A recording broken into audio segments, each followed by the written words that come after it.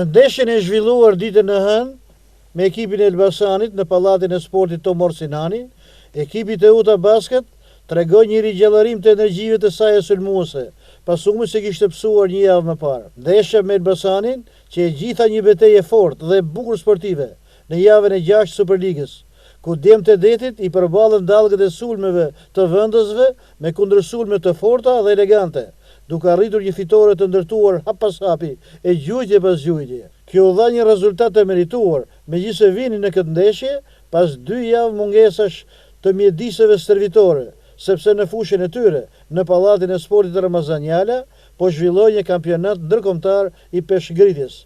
Kjo reflektoi në humbin paraardhëse të ndeshjes në Tiranë, me një ekip që Teuta kishte dominuar në ndeshjet e kaluara. Ndeshja në Tomor Sinani filloi ditën e hënë prej djemve të Teutës me pikësynim pozitiv, për të kthyer në Durrës me fitore në sfidën më të rëndësishme të javës së 6 të Superligës. Për këtë dueli sportiv ishte plot intensitet, emocione dhe ku nuk munguan edhe sulmet spektakolare në tabel që do të mbeten gjatë në kujtesën e sportazhit durrësak. Tifozët vlerësuan si gjujtjen më spektakolare që kishin vite pa parë dhe që ndoshta do të duhen përsëri shumë kohë që të rishfaqet, një kosh të kapitenit të ekipit Krisi Gërrea. Në një moment kyç të lojës, Gërrea adresoi topin në koshin e tabelës së ekipit kundërshtar nga treqareku i fushës, duke rrëmbyer një 3 pikë të vlerësuar. Kjo manovër spektakolare e cimentoi edhe rezultatin e fitores durrësake në pallatin Tomor Sinani, që përfundoi me rezultatin